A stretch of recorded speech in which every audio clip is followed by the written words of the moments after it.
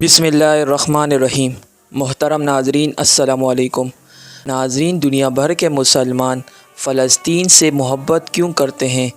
ہمیں نئی نسل کو بتانا ہوگا کہ قبلہ اول کے گرد و نواح میں بسنے والے آزمائش میں ہیں۔ حالیہ واقعات نے یہودی لابی نے ورلڈ آرڈر پر عمل درآمد یقینی بنانے کے لیے قیامت برپا کر رکھی ہے۔ مسلسل بمباری جاری ہے۔ انسانی حقوق کے نام نہاد علمدار انسانی حقوق کا قتل عام کر رہے ہیں۔ ان کی درندگی سے بچے، معصوم بچیاں بھی محفوظ نہیں۔ انہیں اذیت دینے کے بعد ان کے گلے کاٹے جا رہے ہیں۔ آج کی اس ویڈیو میں ہم آپ کو بتائیں گے کہ دنیا بھر کے مسلمان فلسطین سے اتنی محبت کیوں کرتے ہیں، فلسطین کو تاریخ میں کیا مقام حاصل ہے۔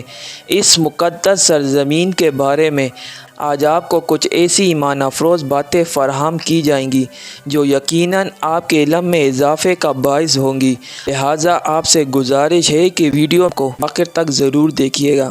نمبر 1، یہ فلسطین انبیاء علیہ السلام کا مسکن اور سرزمین رہی ہے۔ نمبر 2، حضرت ابراہیم علیہ السلام نے فلسطین کی طرف ہجرت فرمائی۔ نمبر 3، اللہ رب العزت نے حضرت لوط علیہ السلام کو اس عذاب سے نجات دی جو ان کی قوم پر اسی جگہ نازل ہوا تھا۔ نمبر 4، حضرت داؤد علیہ السلام نے اسی سرزمین پر سکونت اختیار کی اور یہیں اپنا ایک محراب بھی تعمیر فرمایا۔ نمبر 5، حضرت سلیمان علیہ السلام اسی ملک میں بیٹھ کر ساری دنیا پر حکومت فرمایا کرتے تھے۔ نمبر 6، چیونٹی کا وہ مشہور واقعہ جس میں ایک چیونٹی نے اپنی باقی ساتھیوں سے کہا تھا کہ اے چیونٹیوں، اپنے بلوں میں گھس جاؤ، یہیں اس ملک میں واقع اسکلان شہر کی پیش آیا تھا جس کا نام بعد میں وادی نمل یعنی چیونٹیوں کی وادی رکھ دیا گیا تھا۔ نمبر 7، حضرت زکریہ علیہ السلام کا محراب بھی اسی شہر میں ہے۔ نمبر 8، حضرت موسیٰ علیہ السلام نے اسی ملک کے بارے میں اپنے ساتھیوں سے کہا تھا کہ اس مقدس شہر میں داخل ہو جاؤ۔ انہوں نے اس شہر کو مقدس، اس شہر کے شرک سے پاک ہونے اور انبیاء علیہ السلام کا مسکن ہونے کی وجہ سے کہا تھا۔ نمبر 9، اس شہر میں کئی معجزات وقوع پذیر ہوئے جن میں ایک کنواری بی بی حضرت مریم علیہ السلام کے بطن سے حضرت عیسیٰ علیہ السلام کی ولادت مبارکہ بھی ہے۔ نمبر 10، حضرت عیسیٰ علیہ السلام کو جب ان کی قوم نے قتل کرنا چاہا تو اللہ رب العزت نے انہیں اسی شہر سے آسمان پر اٹھا لیا تھا۔ نمبر 11، ولادت کے بعد جب عورت اپنی جسمانی کمزوری کی انتہا پر ہوتی ہے، ایسی حالت میں بی بی مریم علیہ السلام کا کھجور کے تنے کو ہلا دینا بھی ایک معجزہ الہی ہے۔ نمبر 12، قیامت کی علامات میں سے ایک حضرت عیسیٰ علیہ السلام کا زمین پر واپس تشریف اسی شہر کے مقام سفید مینار کے پاس ہوگا۔ نمبر 13، اسی شہر کے ہی مقام باب لط پر حضرت عیسیٰ علیہ السلام مسیح دجال کو قتل کریں گے۔ نمبر 14، فلسطین ہی ارض محشر ہے۔ نمبر 15، اسی شہر سے ہی یاجوج و ماجوج کا زمین میں قتال اور فساد کا کام شروع ہوگا۔ نمبر 16، اس شہر میں وقوع پذیر ہونے والے قصوں میں سے ایک قصہ طالوت اور جالوت کا بھی ہے۔ نمبر 17، فلسطین کو نماز کی فرضیت کے بعد مسلمانوں کا قبلہ اول ہونے کا اعزاز بھی حاصل ہے۔ ہجرت کے بعد حضرت جبرائیل علیہ السلام دوران نماز ہی حکم ربی سے آقائے دو جہاں صلی اللہ علیہ وآلہ وسلم کو مسجد اقصیٰ فلسطین سے بیت اللہ کعبہ مشرفہ مکہ مکرمہ کی طرف رخ کرا گئے تھے۔ جس مسجد میں یہ واقعہ پیش آیا وہ مسجد آج بھی مسجد قبلتین کہلاتی ہے۔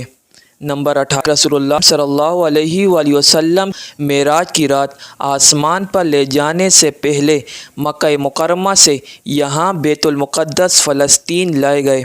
نمبر 19، سرکار دو عالم صلی اللہ علیہ وآلہ وسلم کی اقتداء میں انبیاء علیہ السلام نے یہاں نماز ادا فرمائی۔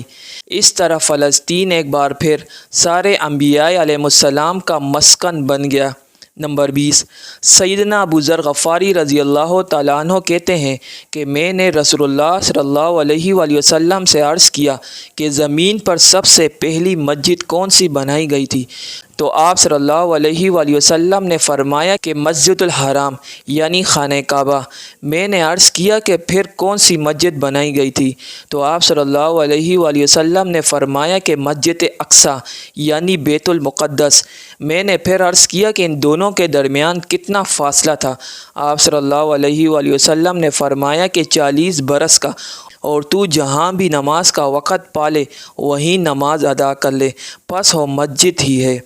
نمبر 21، وصال حبیب اللہ صلی اللہ علیہ وآلہ وسلم کے بعد حضرت ابوبکر صدیق رضی اللہ تعالیٰ عنہ کو ارتداد کے فتنہ اور دیگر کئی مشاکل سے نمٹنے کے لیے عسکری اور افرادی قوت کی اشد ضرورت کے باوجود بھی ارض شام یعنی فلسطین کی طرف آپ صلی اللہ علیہ وآلہ وسلم کا تیار کردہ لشکر بھیجنا بھی ایک ناقابل فراموش حقیقت ہے۔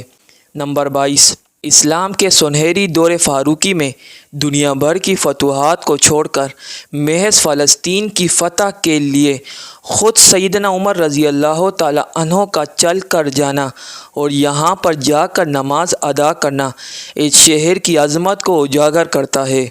نمبر 23، دوسری بار مہینہ معراج کی رات بروز جمعہ یعنی 27 رجب 583 ہجری کو صلاح الدین ایوبی رحمۃ اللہ علیہ کے ہاتھوں اس شہر کا دوبارہ فتح ہونا بھی ایک نشانی ہے۔ نمبر 24، بیت المقدس کا نام قدس قرآن سے پہلے تک ہوا کرتا تھا۔ قرآن نازل ہوا تو اس کا نام مسجد اقصیٰ رکھا گیا۔ قدس اس شہر کی اس تقدیس کی وجہ سے ہے جو اسے دوسرے شہروں سے ممتاز کرتی ہے۔ اس شہر کے حصول اور اسے رومیوں کے جبر و استبداد سے بچانے کے لیے 5000 سے زیادہ صحابہ کرام رضی اللہ تعالیٰ عنہ مجمعین نے جام شہادت نوش کیا، اور شہادت کا باب آج تک بند نہیں ہوا، سلسلہ ابھی تک چل رہا ہے۔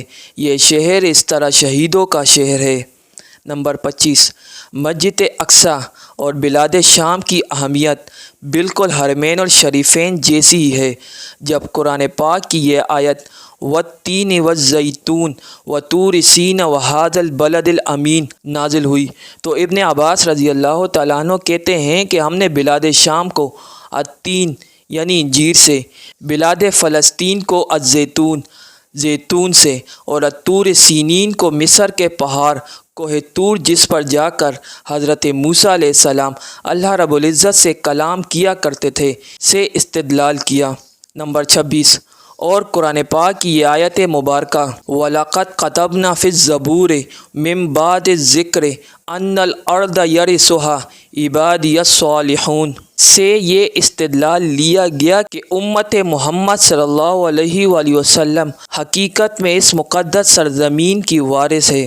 نمبر 27، فلسطین کی عظمت کا اندازہ اس بات سے بھی لگایا جا سکتا ہے کہ یہاں پر پڑھی جانے والی ہر نماز کا اجر 500 گنا بڑھا کر دیا جاتا ہے۔